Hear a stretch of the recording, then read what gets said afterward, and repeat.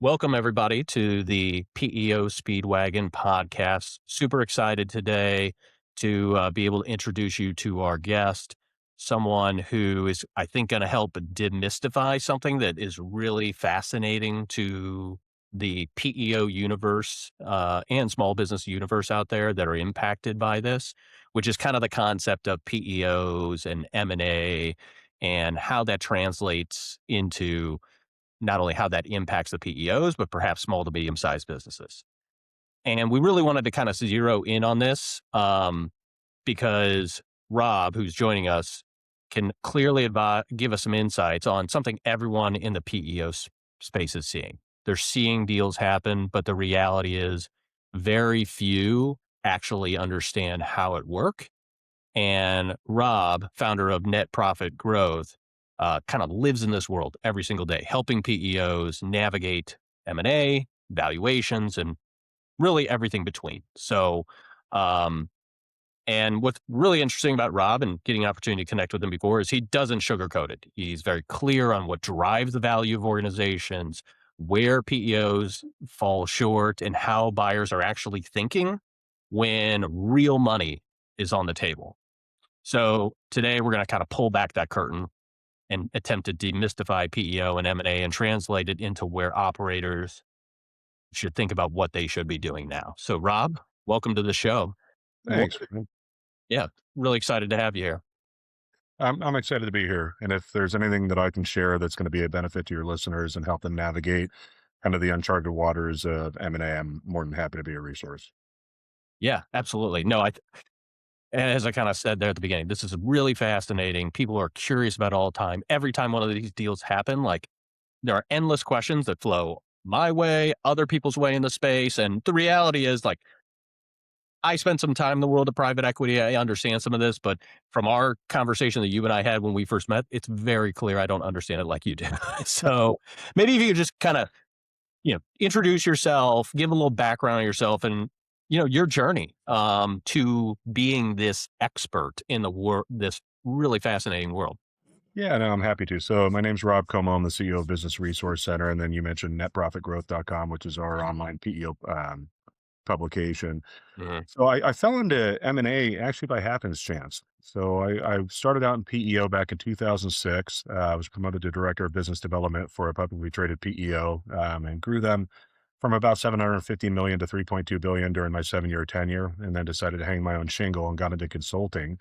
I was always a student of PEO and a student of business and market trends. And so always educating myself so I'd have all the variables in the equation to formulate an appropriate decision. And that served me well. I started to get tapped by private equity to opine on national PEO deals, got acclimated with PEs, acclimated with transactions, financial modeling, went to school and learned more about that. And then started to work on the buy side predominantly for about 12 to 15 years. Worked with the various private equities on some of the largest transactions in the space during that time.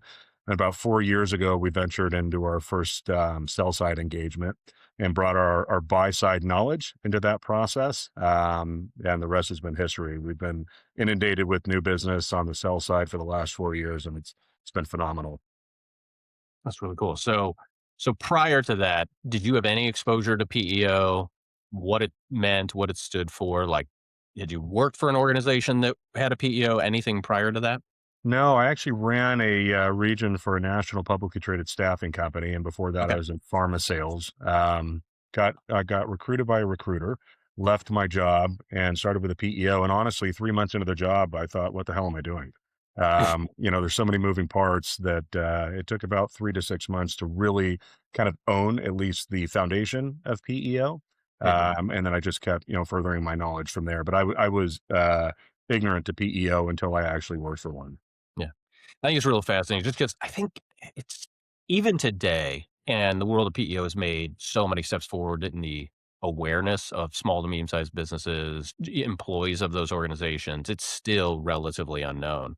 I, my, I was the HR world, but more on the training, learning, and development side, working for an e-learning company.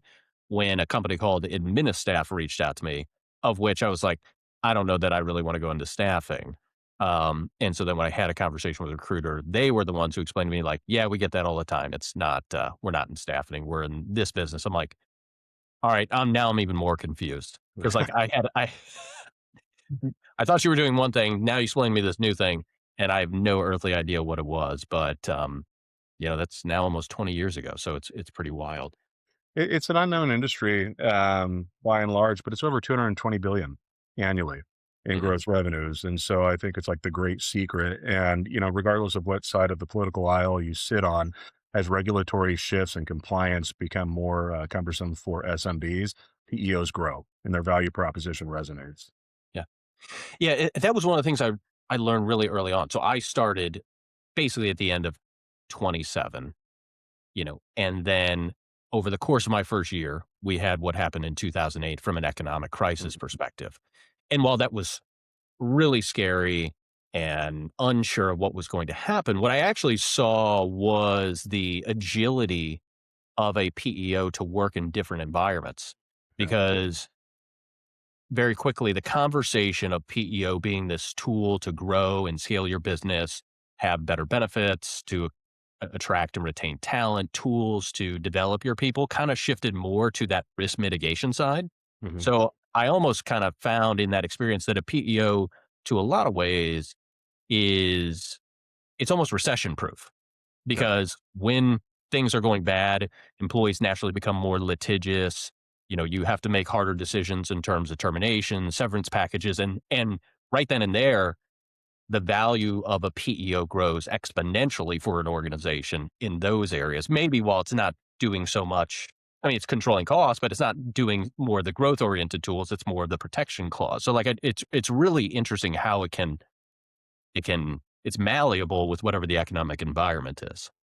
Yeah, I think you hit it on the head actually. So when you look, and we'll get into this when we talk about M&A, you look at economic cyclicality. The recession was a good kind of historic value on it. So was COVID. Mm, In 2008, the industry decreased by approximately 2.7% on total gross revenues, but then it was followed by a 7.5 CAGR, compound annual growth rate, for 12 years. So when you look at economic cyclicality, oil and gas, is going to be more of your peaks and valleys. PEO mirrors that more of healthcare, where you have ripples as opposed to these big undulations. And so, I think it weathers the storm. Typically, what you'll see during a recessed economy is same store sales shrinkage, meaning people are either laying people off, reducing hours, or reducing wages. But the value proposition of the PEO resonates with the market because they're trying to mitigate risk. To your point, they're trying to reduce costs and scale and efficiency. So you widen your client base. And as the economy flips, you get an exponential yield on your revenue if you maintain good client retention. yeah.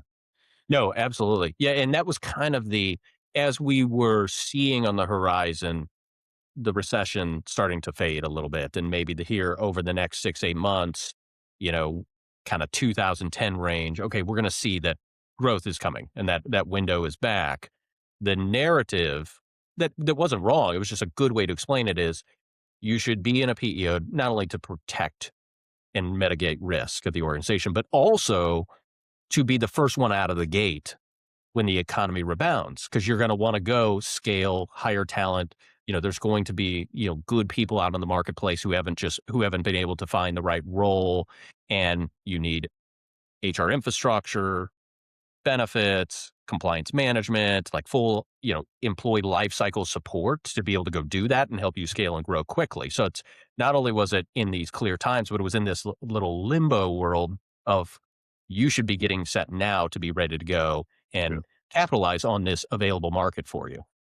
Yeah, agreed. Yeah, PEOs are in the business of employment, right? So Right. if I start a business for a product or a service, and employment coincides with that. When we look at kind of the turbulent waters that are regulatory compliance or insurance undulation, whether it's a hard market with workers' comp or benefits increase with inclining costs continually, I would rather rely on someone that can manage and have expertise in that capacity. That's also why I'm a firm believer that I don't think SMBs necessarily outgrow PEOs. Maybe to a certain point, if you're a Google or an Amazon, of course. But if you look at the 100 to the 500 WSE population, there's use for a PEO if the PEO value proposition is set out as a strategic advisor as opposed to solely an outsourcer. Right at a Mm. certain scale, I don't need to outsource, but I'll always need an educated strategic advisor to guide my business.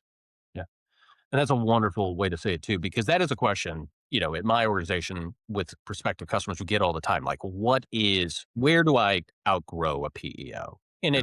I think a lot of PEOs will offer a very template question, like kind of one geared to say, no, you're in a good spot, regardless of your size. So it's not always a really great answer, but they kind of say like it's 5 to 150. But the reality is it's unique to every business. Like Mhm. it's how you want HR and everything around it to flow through your organization, and how do you want to scale and grow. So I think what you're saying there is spot on. It's like, how do you want to be advised and supported in this environment? And that's not necessarily established by just a raw employee headcount or a raw benefit spend or systems. Now that's so it's abundantly clear like I said, you know this vastly more than I do. So I want to start to help other people understand this. So maybe it's trying to understand these things that Rob has seen and done. If I'm a owner of a PEO, and whether regardless of size, but let's just say whatever the traditional M&A size is, um, and I'm thinking about selling, Okay. what actually happens? Like step by step, like what is that process of even getting that conversation going and starting to assess if my PEO is attractive for sale? Yeah, I'll start you off with an analogy because I think it helps just kind of frame your mind's eye. If I walk through my house today, there may be like a crack in the wallboard or a scrape on the paint. I don't notice it, right? I walk by it every day. If I'm prepping my house to sell, I'm absolutely going to zero in on that, right? Because that can impact my value. And so I'll leave you with that just to give you kind of an idea of what we're talking about. What we always advise if someone is even contemplating a sale, or not even contemplating a sale, but wants to have a state of the union of their business, is to conduct a market valuation analysis. And so we conduct that. It's typically about a 30-page report that we'll deliver along with like comprehensive financial historic modeling. But it's going to give you an idea of where you stand, right? We're going to look at the financial modeling. So we look at it from a quantitative and a qualitative basis.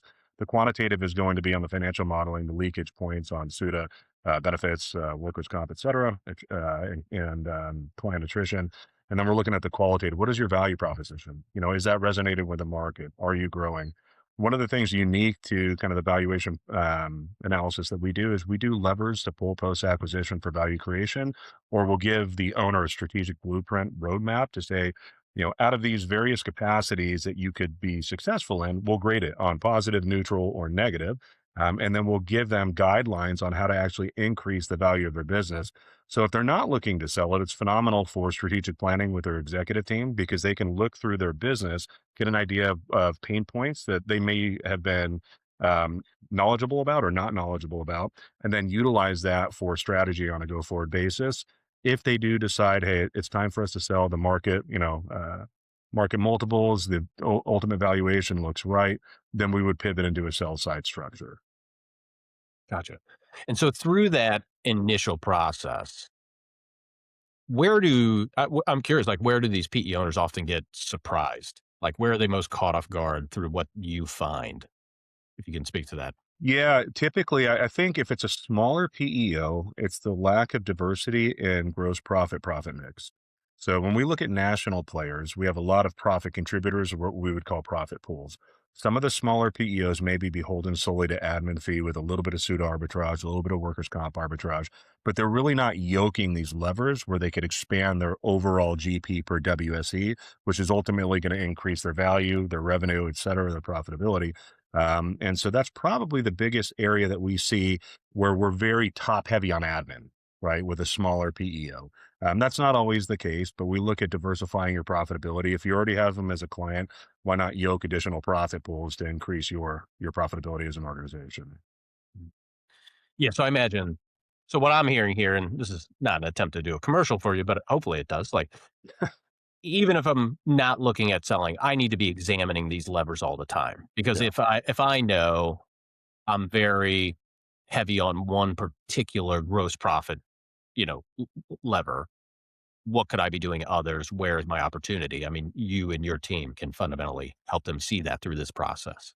Yeah, so we look at the profit mix, and then we do. I think one of my favorite part of what we do is what we call a vertical horizontal analysis. So think of it like a vertical horizontal analysis, right? The horizontal is going to give you your year over year growth on a long enough time span. It's going to give you your CAGR. And then we're looking at vertical as well. So we're looking at ratio analysis, right? What is your COGS to revenue ratio today, previous years? How is that trending? What's your GP to revenue ratio? And we'll go down the list, right? Down the P&L. That gives insight into trending where owners don't realize that they're bleeding. Their COGS are going up at an uncommensurate rate with their revenue, and that's yielding a lower GP. And then their SG&A may be running fat, so that's yielding a lower op income or ultimately EBITDA. So it gives you, from my perspective, if I'm going to make an educated decision, I need all the variables in the equation. This shines the light on everything you need to know from a stat standpoint and a qualitative standpoint so that they can kind of pivot their business. And then we'll guide them in that capacity as well. We have clients that, they're not going to sell until 2030, 2031. We do an annual valuation for them just so they get that state of the union every year. And then we give them guidance with that as well. And we don't charge a ton. One of the things I looked at, I'd say 98% of our customers we do evaluation for end up being sell-side engagements. So I want to lower the barrier to entry so someone doesn't have to break the bank to understand where the business is at. And you must be successful because look at you. Look where you're sitting. You look like you're in. Yeah, thank you. I'm I'm sitting in a dark room. You get to sit out in Orange County in the Yeah. sun. So, okay, and that makes a lot of sense, right? I mean, I can imagine people aren't having an epiphany today. Wonder what it'd be like to sell, and then want to sell in 6 months. Like, how long? But once someone gets serious, Yeah. given all the financial factors and considerations, like what does that process typically take and look like? Not only one for you to do this deep evaluation, but then if they say at the end, okay, I've seen everything I need to know, let's start moving into the market. What is that? What does a typical timeline look for that? Yeah. Soup to nuts no longer than 9 months. And don't let that scare you. It's not 9 months once we go to market. Listen, some PEO sales take 9 months, like I know they do. selling to a customer. So, like, so I Well, don't and think that some scares some anybody. PEOs that are being acquired, once they get Yeah, into due diligence, do 9 months, and that's a disservice to both parties. sure. It's not being quarterbacked appropriately. So I say 9 months. We're typically Mhm, looking at about 6 to 7 from the date we get engaged for the valuation. So the mhm, valuation will have completed, assuming they can get us the data that we need. mhm, We'll have that completed within 3 weeks to a month. From there, if they decide we're going to go to market, then we set up a secure data room, and there's a ton of information that we request. We do more than most up front. mhm, I'll explain why as we go. But once we go through, we build out the full comprehensive financial modeling, all of the adjustments, which we can get into more detail later in the call as well. We'll build we call it a fact sheet, not a sim. So I was on the buy side for 15 years. I combed through 60 to 100 page sims to get to 10 to 12 pages of information I actually needed. Our fact sheet is 10 to 15 pages. It's no BS, bottom line, walks them down on who this company is, puts the company in a favorable light, and then gives the buyer levers to pull post acquisition for value creation. And I'll explain that a little bit further as we go. yeah. We review the buyer list. We'll go to market on NDAs with a project name. Once the NDAs are negotiated or accepted, populate them with the client name, and then we run a optional 2 round process. Where the first round, they're granted time with management, reasonable data requests, at which point we'll have a deadline where everyone has to submit their LOIs. If the owner has identified the appropriate suitor at that point, then we don't go into the second round. If there's, let's say, 3 to 5 that they like, but they haven't made up their mind, we move into the second round of the option, and then we get into exclusivity and LOI. We grant 60 days with a 30-day written up, so basically 90 days in total, and we hold them to it. We make sure that we have everything locked and loaded. And as we get into the due diligence part, I'll give you kind of a full comprehensive overview of what an owner should expect, because it's very important that owners have clear expectations of what this process will look like and then be quarterbacked through that process. Yeah, that's so. And I want to talk about this more too. But like, so in the world of PEO sales and for the customer, the worst part is that four-letter word of data, right? It's getting it to do the underwriting. It's the customer handing it. Sounds like data is still a big, naturally, is a big part of your process. Yeah, the cool part is, so we brought on a director of M&A. His name's Edward Lee. He used to be head of M&A for a national PEO firm. He's a whiz. I call him a kid because I'm older, but he's in his 30s. Phenomenal. So like the data that we get in, you don't have to manipulate. Give us Mm, the raw data. We'll take care of manipulating it, making sure it's accurate, filling in the gaps, et cetera. So, but it is a lift. Like if I look at an M&A process, just to be blunt, The pre-sale process is a lift of gathering a ton of data, having conversations with us, making sure that we intimately know your business and can represent you to the fullest. The second piece would be once you get into process, I would think of it as a barbell. So you have a weight here, a line, and then another weight here. That first lift is what's called a QOV or a quality of earnings. That's going to be done by a financial team, and they're basically substantiating your financials and your adjustments to validate the valuation that we negotiated on your behalf. Because of the front leg work that we do, we shorten that normal 6 week process down to about four. Like we'll fire hose a QOV team with 90% of what they want day one, and then we'll fill in the back 10% as we go. So we lessen the time, we validate the valuation. You go through formal due diligence, and on the back end, you're going to have what's called a disclosure schedule that protects against reps and warranties. I represent this, I warrant this. So that's more of a laborious lift on the back end while we're doing legal negotiations, and then we close and fund the deal.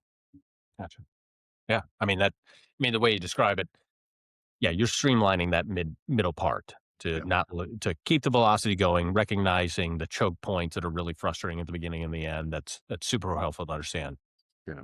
So through that process and like attempting to understand that, I guess when you're in that process, when a buyer is looking at a PEO, what are they really trying to figure out? What are they trying to get their arms around? I think they're trying to get what we're trying to get. The three things that we look to achieve on any deal is the right partner, the right deal mechanics, and the right economics, right? So the right partner, do we have aligned culture? Do we have alignment on models? Can we see integration in a positive manner? The right deal mechanics, the deal economics are great, but if the deal mechanics are poor, you may never see that money. So ensuring that those two run hand in hand. A buyer is typically looking for a number of things. They might be looking for a new market. They might be looking for a growth platform. They may be looking for additional insurance products, technology, innovation. So it really just depends on the buyer. It's nuanced to every buyer. So even though the seller is our client, we get intimately familiar with all of these buyers. Otherwise, we couldn't matchmake, right? We couldn't say, this is a good fit for you because we don't know what the buyer's strategic intent is. But I think by and large, if you're looking at valuation, if you have a low risk profile, if you have good risk mitigation tools, a good propensity for growth, strong client retention, a good value proposition, and any type of innovation, you're in a good position. Do you see any trends in the moment in what's motivating buyers? You touched on a couple of ones. Is there anyone that's kind of leading the charge in terms of a motivator for M&A? Yeah, I mean, anyone that has slick technology is in a good spot, right? With everything that's going on with tech. I think, historically, buyers looked at larger acquisitions, especially private equity. And then you had a consolidation movement for about 15 years. And some of these call it what I would call super regionals, right? Call it like the 40 to 60,000 WSE PEOs. We're just getting consolidated by PEs. And so I've seen that they've moved downstream, even private equities as well. So I think they're looking for more strategic regional players. They'll still play ball on the larger players, don't get me wrong, but there's a supply and demand issue. And so if they have growth, good client retention, and the model aligns, they're interested. They're going to play up on a multiple. So you mentioned cultural integration Yeah. and alignment as a part of the decision. Like, what are the key parts around that you see? Is it technology and how it's supported? Is it something as unique as just like the different vibes of the organization? Like, what are you trying to identify there that could make a deal go sideways Yeah, post? so I would look at it, I would bifurcate it and say model and culture. So model will be inclusive of, how do you service your clients, your technology, your insurances, things of that nature. And then the culture is more going to be like vision and cultural alignment, right? Do you guys do things kind of in a comparable way that we do? Do you have the same values, integrity, character? Are you running the right type of business? Do we have cultural alignment? It's often overlooked in M&A, and I think it's foolish because we could have phenomenal model alignment, we could have good geographic alignment, and the cultures are so stark difference, it's going to cause problems. Yeah, very much. That's where creators, right? It's everything else was pointing in the right direction, but we didn't care. And we're a people-oriented business. We're in the business of employment. This should be the part that we are thinking a lot about, but it seems like there's always a risk that that doesn't happen if you're not putting intentionality behind it. I think so. Yeah, and you got to think of the domino effect that coincides with that. If I have a poor cultural alignment, people are unsatisfied, people are going to leave, you're going to have client attrition, so the buyer's going to end up overpaying for the business because of the bleed on the back end with clients leaving. I will tell you, the buyers that we invite to the process, they're good. They have good culture. Now, different cultures, but they're all good buyers. And the sellers we represent, by the grace of God, we're in a position where we can pick and choose who we want to work with. And so they need to be good folks as well. It doesn't mean that it's a dog with no fleas, but it does mean that there's someone that has integrity. Yeah. Yeah, I would imagine so. Yeah, because it can get right down to the front line. The people you don't think about, like payroll specialists, like the things we hear, the nagging negative events that come from client experiences when we start talking to a new customer's payroll transition, service team lever transitions, and yeah, it sounds like if you've got a good buyer who thinks about the whole life cycle of a customer and how it interacts and what you're really buying here, like those people are actually in some ways more important than your executives Mhm. because like those are the people that are touching the customers. And that's probably a big chunk of what you're buying is, especially if you're trying to go growth and strategy. Yeah, so I think 10 years ago, there were some acquirers, consolidators that would go in and they kind of chop shop a little bit. I think that's a thing of the past. I will tell you, every good buyer that we work with, they are trying to preserve the frontline client facing employees. And then with our sellers, I don't mandate this, but I recommend it. And every single seller we've represented has done this.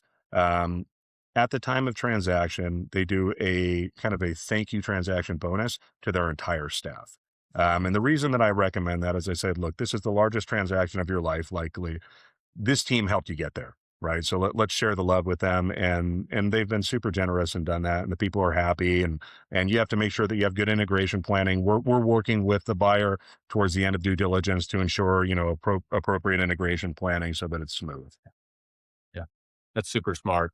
And I think from a listenership perspective, you just made a lot of friends. So if you're in transition, you're kind of wondering, are they talking to Rob Como and his team? Because there might be a bonus coming your way. No, no, that's really great because it is as high tech as we get. And you mentioned how valuable that tech is. Yeah. This is still a very much a high touch solution, or at Mhm. least at how it impacts retention. Like I, when we see people have struggles, they complain about the tech, but the reason they stay over the people and the connections they make and the way they help them navigate some of those most challenging situations or stressful situations that surround people, and so it can't be it can't be understated how important what you're talking about there is, and Well, so in hearing that, like, as you can speak to your experiences, I know you can't talk about them in particular, but, what makes somebody really lean in? Like, when someone like, what gets when they start going through that process as a buyer and they're starting to get to know the seller and the PEO, like, is there any, like, little things that go, like, they get people, like, real excited? Like, are there anything makes them lean in extra hard into a deal from a buyer or a seller from a perspective? buyer perspective? Yeah. Yeah, I think so. One of the things we do our diligence on all the buyers, so we know Mhm. what they're looking for. So as we have sellers that come out that are checking a lot of these boxes, we're accentuating and highlighting that, right? And I'm honest. This is what you've been looking for. This is where it is. You need to move in on this, right? If you want to satisfy your strategic intent, you got to play up on this one. And so buyers now on a macro basis, Mhm. technology's driving a lot of the conversations right now. We've got a client right now that sequenced out phenomenal proprietary technology. I'm fired up about them that we're in market with currently, but it's not technology not to usurp people. I want to be Mhm. very clear about that, right? So as a CEO of multiple companies, if I have to deal with a chatbot or I'm dealing with an 800 number, it drives me absolutely insane. Right. Mhm. Like my businesses are very important to me outside of my family. Like I spend the most time here. And so I need to be able to deal with a professional and an expert that knows what they're doing. Now, if technology streamlines the efficiency for that professional on the back end, awesome. But I don't like technology to replace people. I like it to augment and accentuate people. Right. And I think that that's kind of the wave that PEO will go. Mhm. Because at the end of the day, this is my business. It's your business. I need to trust that someone's going to have, adequate care and expertise for that business. Yeah, absolutely. No, I think that's a wonderful way to say it, and it's we've historically said it's tech-enabled HR people, right? Yeah. And now it's tech-enabled HR people, but it's also AI-enabled HR people. So I'm curious, how essential is AI or it's in terms of having it in evaluation? Is it now like how often does that come up? Do you find deals still don't have an AI conversation or solution tied to what they're doing? I'm just kind of curious how you're seeing that landscape being impacted. Yeah, it's emerging, but it's not commonplace. So, like, I sit on the board of a company called Wayside, and so they're a human capital AI company that's working with PEOs. And they kind of do that tech-enabled back-end efficiency. So you're seeing emergence of that.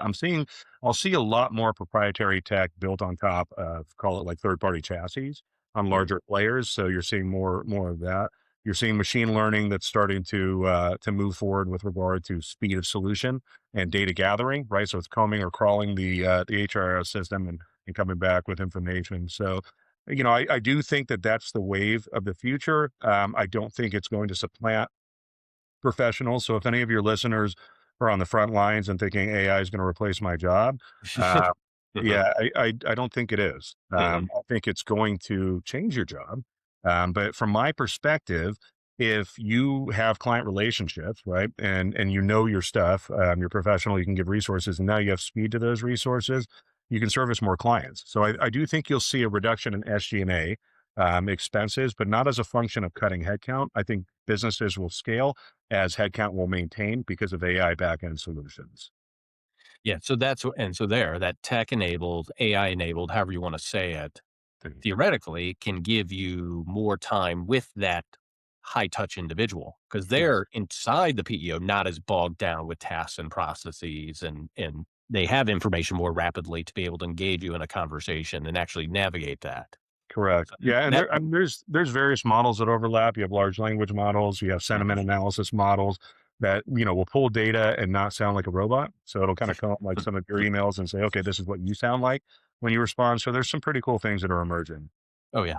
Yeah, and that engagement drives a lot of value, Yeah. and I guess it's talking about value too, like shifting back though more to the M&A side of it. I mean, everybody talks in this space about multiples, Yeah. PEO, non-PEO, but like in the PEO space and talking about those multiples, what actually drives that number? Yeah, so I wrote an article on this that you can find on Net Profit Growth that'll get into more detail that hits all the major drivers. But I would say, by and large, if you have a propensity for growth, right? If you have low leakage, so leakage would be points within the PEO construct that can bleed profit. So SUTA, workers' comp, benefits, things of that nature, where you can leak out profit if you're on deductible programs or you don't manage your SUTA appropriately. Then they'll look at your value proposition to the market. How do you actually capture clients, right? Your client retention, your legal volatility. One of the things that I'm so thankful that it's almost over was ERTC.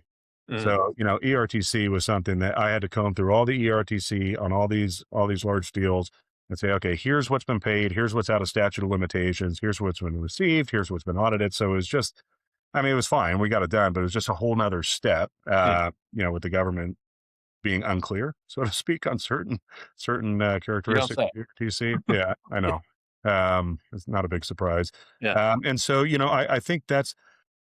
Let me back up and say this. I gave a webinar in APO years ago, and something I said on M&A was this: the seller's trying to maximize their ROI at the time of transaction. The buyer is trying to maximize their ROI post transaction. Okay. So you have conflicting ideology. And that's why you have certain deal mechanics like an earnout or an equity roll or an earnout and an equity roll because you're trying to align incentives. So if a PEO for sale can show a propensity to increase value to the buyer post acquisition, they're going to get a larger valuation multiple. Now, what we do, we use a proprietary system that we developed because me and my director of M&A, Edward, combined have, I think, like 25, 30 years experience on the buy side. So we're behind the curtain of Oz. We were the ones that were looking, how do we dilute this multiple, right? How do we yoke synergies and things of that nature? Mhm. So we have a little bit of a unique adjusted EBITDA, but it's defendable. It always sticks. And so we get a little bit more for our clients, but also the buyer has a clear roadmap of what they can do with the business post acquisition. So if I bought a PEO, regional PEO for a 10X, and I put them onto my workers' comp program. I put them onto my benefits program and my master ancillary, and I increase my GP by or my EBITDA by X, and I dilute that 10X down to a 7X. In the buyer's mind, they just paid a 7, right? On the seller's mind, they paid a 10, but the buyer has synergies on the back end where they're able to dilute that multiple by increasing profitability against the valuation that they paid. So what we do is try to create a clear roadmap for the buyer to understand what they can do so they can go back to their board or to their investment committee and say, look, guys, this is what we can do to reduce our multiple so we can move up on the multiple to the seller because we have a back end lever to reduce it on our end. Mhm. Yeah. And absolutely. if anything I'm saying is foreign, stop me in my tracks. No, I'll have to GPT this conversation after. No, I'm just kidding. So no, it makes perfect sense. And what you're facilitating in around such a, again, kind of coming back to people, like a people centric solution is like, hey, I will, yes, I'm trying to max value. I'm trying to max post value. If we work together, we can do this better. So like more effective. And then that will Yeah, take care of everybody, not only the people that remain at the PEO to service the customers, but the customers themselves, because there's now stability, it's aligned, and it's really, and everybody's kind of moving in the same direction versus this like cat and mouse game that I imagine that I've seen happen in yeah, these situations where you're trying to bluff your best hand on both sides. So you're promoting coming together and yeah. making this work for everybody. Yeah, we don't BS. Yeah. So it's, we'll come from a position of strength in our negotiation, but it's founded and validated on the back end. So one of the things, on the deal structure front, you have cash, you might have an earnout, you might have an equity roll. I don't love earnouts, honestly. We've had them in some of our deals. Hmm. Deals we've had them in are warranted. There might be some risk profile where the buyer says, "Look, we believe you. We're going to pay up on this, but they're going to have to earn it on the back end, right?" Hmm. So Hmm. those are scenarios where I say, "Okay." My favorite type of deal structure is a cash plus seller option equity roll. So basically, what that means is I get cash in hand proceeds after deal fees, et cetera, and then I roll a certain amount into the macro organization.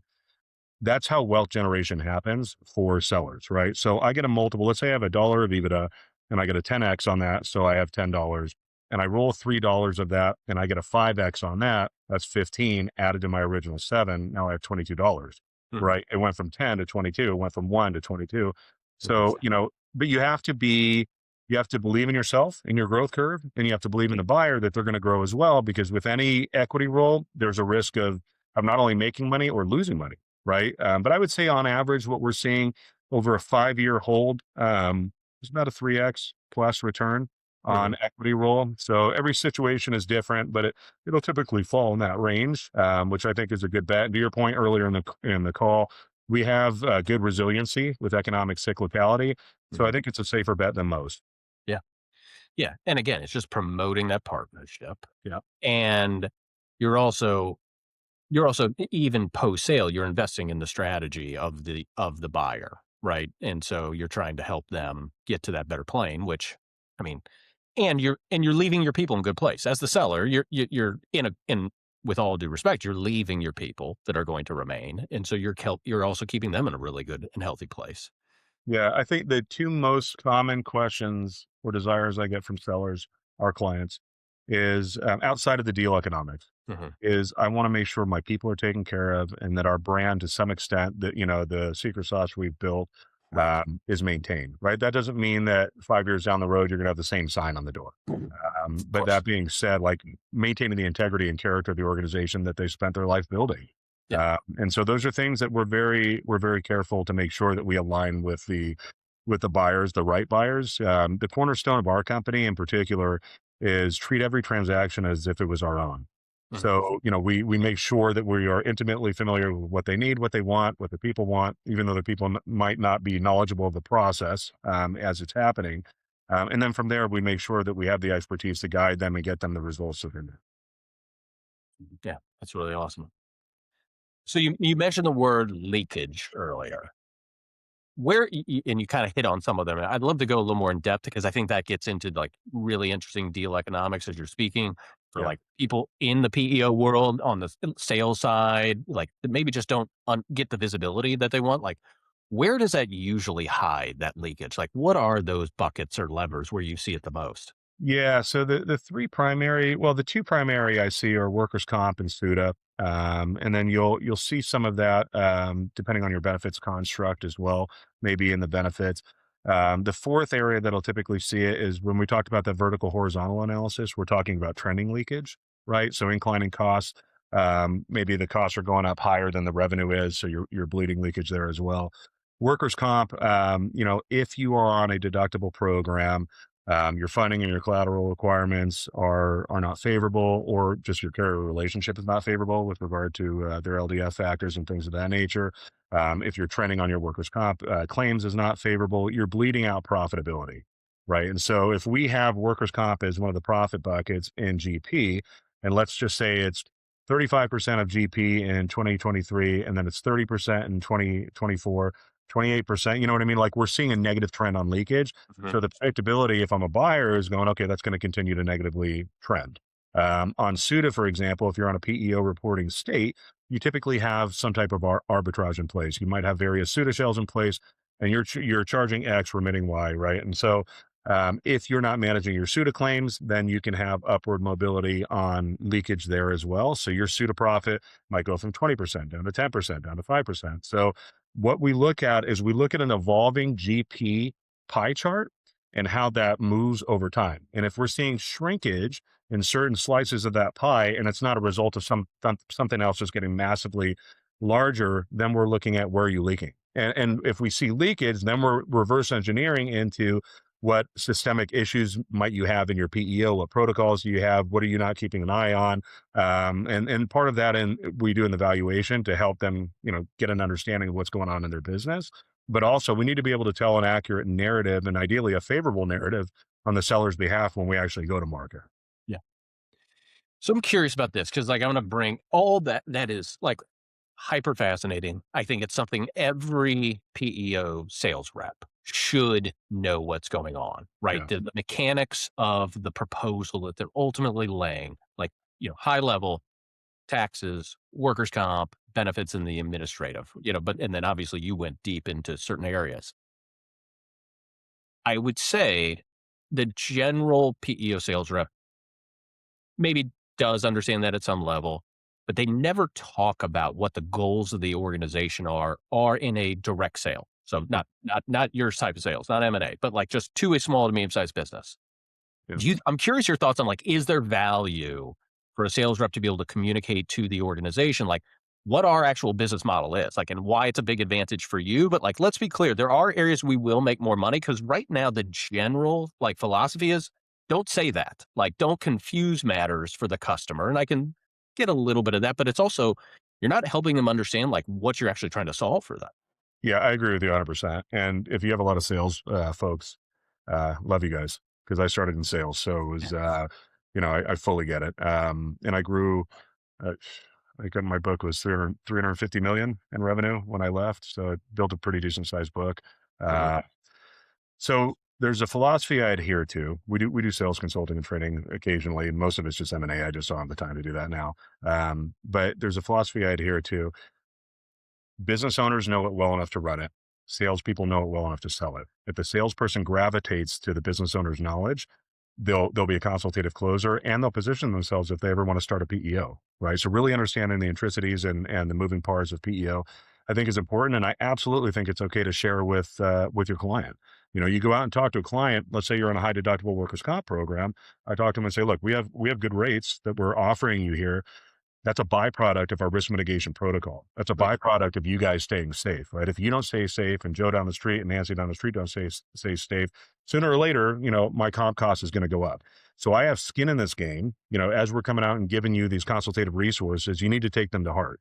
Because Mhm. if you're less profitable, I'm less profitable. And guess what's going to happen? Your price is going to go up in subsequent years. So giving them an idea of the impact points on how a PEO can make money or bleed, I think helps them understand what is the emphasis they need to focus on to maintain good pricing along with consultative resources. Yeah.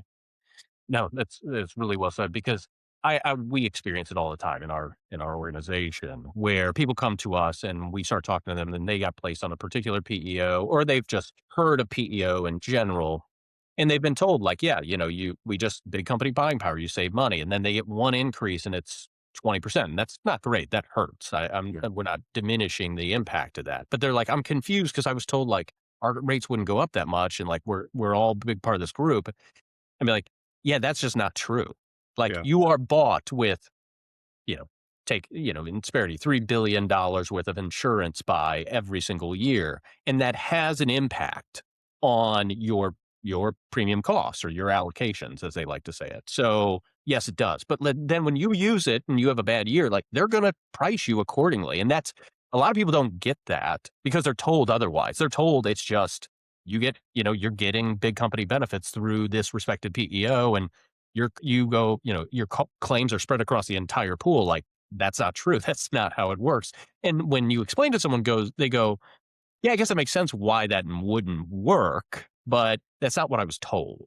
Yeah, So, yeah, I think that that is a part of like I think not trusting the customer, like the way you said it, to run it like a business owner and understand the unit economics of the PEO model.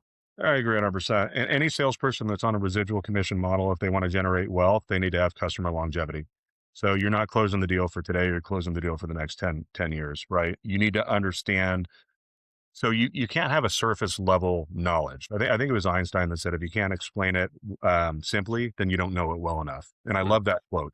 yeah. So like, I want to understand the answer, but I want to understand how we get there. What are all the moving parts that allow me to get to that answer? And as a business owner, I will tell you, I am aware of what a good relationship looks like, and I am painfully aware of what a bad relationship looks like. So, if we have an issue, let's have an uncomfortable conversation. Let's work through it together. If someone's feeding me a line of BS and I can't trust that integrity going forward, I have no time for that business relationship. So I think having those conversations, peeling back the onion a little bit, serves the client and will serve the sales rep and the PEO, right? So you don't have these shock factor surprises because they know, we had this 20% increase, which is terrible. But I mean, look at the utilization we had. Why is it Mhm, surprising, right? It shouldn't be a shock. yeah.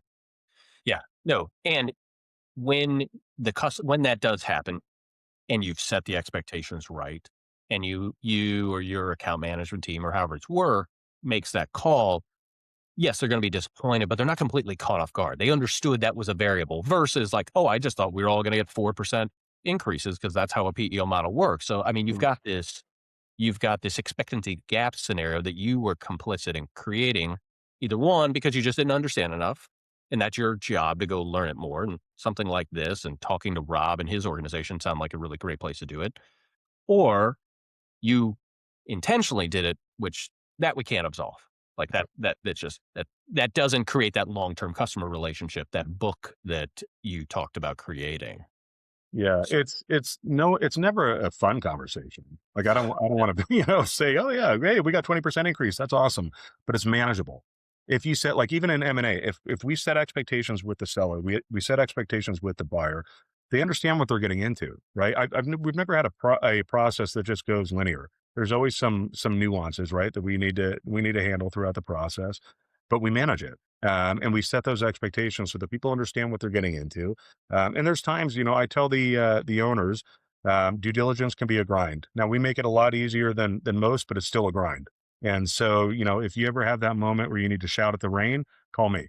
Like, I'm the sounding board. Where if you need to drop a bunch of f bombs, that's fine. there you go. I've got thick skin. We're going to work through it together.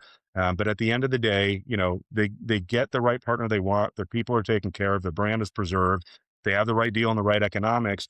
They're super thankful, and it impacts them. It impacts their family. It impacts their employees' families because of those bonuses, and the buyer, and how they're trying to grow their business as well. I'm very dogmatic on PEO. I really do think that there's a need for this in the market, and so if we can help good people become better, it's a joy to serve. Yeah. Yeah. That's really awesome. So if I'm back in the seat of the owner of a PEO, an executive team PEO, and I'm not selling for 3 to 5 years, just like my journey. I kind of have this date in the horizon. I think this makes sense. Like, what should I be doing right now? What would Rob say? Okay, 3, 5 years from now, you're looking to sell. What would be the things you would tell me to go focus in on as we I, speak? yeah, I'd start with evaluation analysis, because we can identify the pinpoints that would guide your strategic roadmap, and then we'll provide a blueprint on a high level basis on kind of where I think your executive team and your rank and file should focus. Until I know where I stand, I don't know where I can go. Right. And so I might have visibility, but do I have intimate visibility on all the various components that are going to be weighed and factored in evaluation in 3 to 5 years? So that's the initial part of where I would start. We'll talk about when we talk to owners, I'll talk to them about the market. I'm conservative in nature. And so, like, I look at various components in the economy to get trending and predictability. That being said, no one has a crystal ball, right? Things can happen. A giant war could break out, and that's going to shift everything. COVID is a perfect example. No economist predicted COVID, right? So, Right. I think it's less about timing the market as it's more about getting your business prepped. And in 3 to 5 years, if you do the things that we had outlined, maybe you've grown so exponentially and you kind of reinvigorated your juice in your business and you're like, you know what, I'm going to grow for another 5 years. Like we never put pressure on anyone to sell. It's, it's the biggest, one of the biggest decisions of their life. They're going to do it when they see fit. So we're going to equip them with what they need, the resources. We have clients that we do an annual, like I said, valuation. We have clients that we then step in on a consultative basis and help guide them in their growth structure as well. We have a ton of resources and a ton of partners. So if someone's trying to procure certain insurance benefits, technology, we align them. We don't get anything out of it.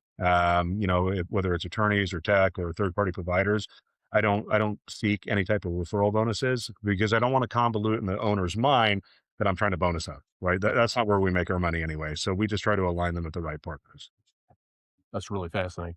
And I mean, you're driving them enormous value, and basically what you're saying is understanding your value and your gaps. That is your roadmap, is what Yeah. I'm hearing. It Yeah. becomes your roadmap. So, like, you kinda need that anyway, to start this process and to know where you are, kinda gives you what you need to do, at least on the horizon. Yeah, I mean, I think that's a starting point, right? A conversation about the market, a conversation about what their desires are, running an initial preliminary valuation analysis. We've got a 10-point strategy program we do as well. If someone's really looking to get into comprehensive strategy and grow their business over the next 5 years. But I think by and large, if they have a pretty good handle on what they're doing, and we give them insight on where they can go and give them increased visibility on their own business, they're capable men or women that I've seen in the PEO industry. And then we're there to, on an as need basis, to guide them, right? Hey, do you need a relationship here? Do you need guidance here? Have you thought about this? Things of that nature, just to kind of quarterback them through that process as they move with their executive team. But any type of consulting or training that we do, we always try to equip the trainer, right? Because otherwise, you need to keep using me. I don't like if I'm using a consultant, I don't want to have to use them into perpetuity. Like I want to learn from them and then utilize that and make it my own. And so that's how we work with people. That's really cool. Yeah. So, kind of moving towards the end of this, I'm curious, what's happening in just the M&A world around PEA that PEO that you think people just don't fully understand? Like, what are you just seeing out there in general? So I thought that market valuations as it pertains to multiples on adjusted EBITDA, I thought, a couple of years ago they would drop. And I was wrong. As the Fed raised interest rates, debt financing becomes more expensive, right? And so I thought, well, okay, they're going to reduce multiples. There's so much dry powder, which means excess investment funds within private equity that they didn't need to utilize debt financing. So if we're looking at trending, any macroeconomic fluctuations could have an impact not only on multiples but also on your base EBITDA, right? Like when we talked about economic cyclicality, if your same store sales shrinks and you don't have, especially if you don't have a propensity for growth, your EBITDA is going to shrink and your multiple could shrink on top of that as well, right? I think when we're looking at tailwinds, I'm still bullish on the PU industry. I don't think any regulatory compliance. I don't think the government is going to make it easier for businesses to run business, regardless of who's in office over the next, 5 to 10 years. And so I think that regulatory compliance is going to push as the economy slips. People are going to look for cost efficiencies and scaled insurance procurement through PEOs and risk mitigation strategies are going to hold value as well. And so a lot of people don't know we have regional PEOs. 3,000 WSEs as some of our clients. We're getting a 10x. And some people think, well, I'm going to get a 5x or a 7x. Some of them might get a 5x or 7x justifiably, right? But we'll look at it and say, okay, does this make sense? Larger PEOs are typically getting north of that, right? Because there's a supply and demand issue. As economic cyclicality happens, I do think you're going to feel a little bit more of a pinch on multiples on the smaller players because there's more smaller players, right? Sure. Whereas larger players, you may have a little bit of a turn dip or something like that, but you still have a supply and demand issue, and so people are going to volley up to acquire those larger players. So again, market timing it makes a difference. I'm not going to BS you and say that it doesn't, but it's all relative, right? If my EBITDA is optimal and the market's optimal and I feel like it's my time, perfect, right? Cash in. If my EBITDA is suboptimal, market's optimal, I grow my EBITDA and the market shrinks a little bit, but I got a bigger EBITDA to place a multiple on, great, right? So your timing it needs to feel organically right in your heart. And if it does, you need to have the right partner that can shepherd you through that process. And from that, just even that last scenario of like kind of right sizing the environment, terraforming it to get where you want to go. What is the minimum amount of time you should be? I mean, it's kind of crystal clear. You should be looking right now all the time. That's what I took away from it. Like, because not only is it a sound business strategy, but it gives you that roadmap of where you want to go. Yeah. But what is the amount of time if you just had to boil it down to, amount of years? Like, is it 5 years out? You should always just be looking 5 years out to sell. Like, is there any kind of guideposts you can give around that? I think for strategy standpoint, I would do an annual check, right? Mhm. Kind of on that valuation analysis or however you want to do it. Do an annual check, make sure you have increased visibility on these various components and take a look at how you're guiding your business, right? Guide with strategic intent. Um, if you don't have a strategy, you adopt a strategy by default, and that's a floating strategy. So be intentional on your strategy. I don't think that there's a defined period of time per se. Okay, so I know some advisors will say, 2 years out, we need to start getting you ready. If you're running a good business, we can take a look. If we look at that valuation analysis, if we're hitting your mark or above that, we'll find you the right partner. You can go now, right? But if you say, I want to exit in 5 years or I want to exit in 3 years, it's advisable to link up with an advisor, us or someone else, and start to plan that out, right? Because we can give you the ability to accentuate that if you follow the guidance and execute the roadmap. That's super helpful. This Yeah, is, I mean, I this don't whole want thing them has to been think they have wild. to. Sorry, I don't want to have someone to think they have to wait 3 years Right, before they sell. That right. that's the gist. Yeah, absolutely.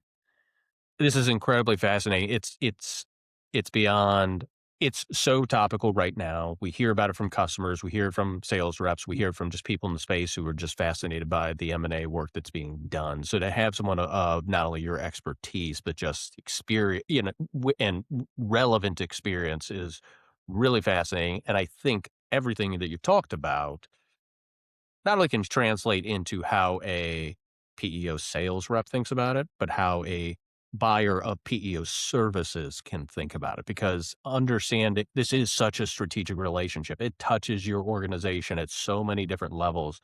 So to understand how the business model itself works away from, you know, irrespective of the one you're actually evaluating, I think gives you just a better overall experience because you kind of understand what that organization is trying to do at a level, not just process payroll, not just offer you benefits, but they're trying to execute a very particular strategy. So this is essential knowledge for everyone, customer, buyer of a PEO, seller of a PEO, PEO sales rep. It's really, really wonderful. I really appreciate you coming on and doing this. Yeah, it's my pleasure, and I agree with you 100%. I think it solidifies your ROI. What is the actual return on investment for premium dollars or admin dollars back? I'll tell you, I'll leave you with this contrast. When people look at their insurances, I've yet to meet a business owner, and I've met with thousands that don't look at that as a cost of doing business or a line item expense, right? It's the only return on investment they expect is if I have an injury or illness, I get adequate care through utilization and that person's taken care of. The issue is if I utilize the investment, my future investment goes up, whether it's a bloating X mod or MLR that's driving your benefits. If I don't utilize it, it's a phantom investment. So I paid $100,000, $200,000 detracted from my bottom line. PEOs give a business the ability to look at this mandated investment as investment capital, meaning what type of ROI will I get back? And the PEO offering everything that you talked about, everything that a PEO delivers. If I have to spend this money anyway, I may as well have it work for me. And that's one of the ROI values that I love about the PEO industry. So well said. Rob, this is so great having you on. Thank you for doing this and sharing this knowledge with us. So this will be a PEO Speedwagon episode that I imagine people will come back to many times, and like we said, probably have to GPT it to truly understand it at some levels. But that's kind of fun. That'll be a fun byproduct of this conversation. So, thank you so much for your time, and just really appreciate all the knowledge you share with our community. It's my pleasure, Ryan, and I appreciate what you guys are doing as well. Any knowledgeable people that can, help spread the good news of PEO in our market. My hat's off to you, man.